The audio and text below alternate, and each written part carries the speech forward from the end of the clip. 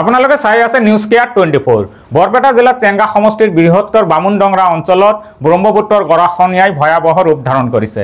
ফলত বহু চৰকাৰী বেচৰকাৰী স্কুল প্ৰতিষ্ঠানৰ লগতে হেজাৰ হেজাৰ বিঘা কৃষিভূমি ব্ৰহ্মপুত্ৰৰ বুকুত বিলীন হৈ গৈছে।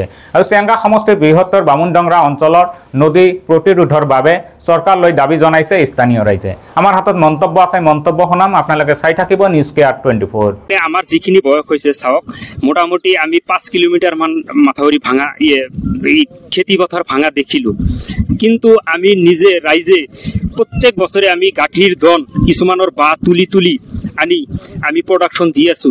দি থাকোঁতে এইবাৰ অসম চৰকাৰে বা বৰপেটা জিলাৰ উপায়ুক্ত মহোদয়ে, আমাৰ মাননীয় বিধায়ক মহোদয়ে কিছু গতিত কিছু লোকৰ ইচ্ছাত আমাৰ অলপখিনি কাম হৈ আছে। ঠাইখিনি হ'ল পাহাৰপুৰ বামুনডংৰাৰ একেবাৰে হিমামূৰীয়া মাথাউৰিটো হ'ল আপোনাৰ বহৰীৰ পৰা বাঘবৰলৈকে।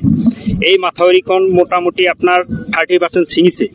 এই মাথাউৰি যদি বাৰিষাৰ আগত যদি আমি প্ৰডাকশ্যন দিব নোৱাৰোঁ, বাৰিষাৰ সময়ত যদি এই মাথাউৰিটো ছিঙি যায়, ছিঙি গ'লে প্ৰথম ভাবুকি স্বৰূপ হ'ব বৰপেটা সত্ৰ নগৰী। আৰু সত্ৰ নগৰীত যেতিয়া ভাবুকি স্বৰূপ হ'ব, সত্ৰ নগৰীত পাওঁতে মোটামুটি আৰু 5টামান গাঁও আছে। এই গাঁওখিনি আমাৰ বিশেষকৈ কৃষিজীৱী গাঁও, কৃষি প্ৰধান। প্ৰত্যেকটো খেতিত এতিয়াও এৰী খেতি কৰি আছে, যথেষ্ট পৰিমাণৰ ধান আছে। যদি মাথাউৰিটো ছিঙি যায়, আমাৰ এই অঞ্চলৰ মানুহৰ বিশেষকৈ খাদ্যৰ ওপৰত বেছি প্ৰভাৱ পৰিব।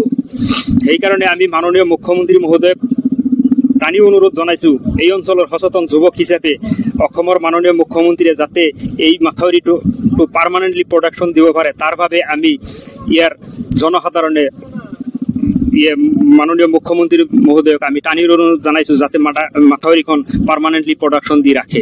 আপোনালোকে চাই আছে নিউজ কেয়াৰ 24, সত্যৰ সন্ধানত অবিৰত যাত্ৰা।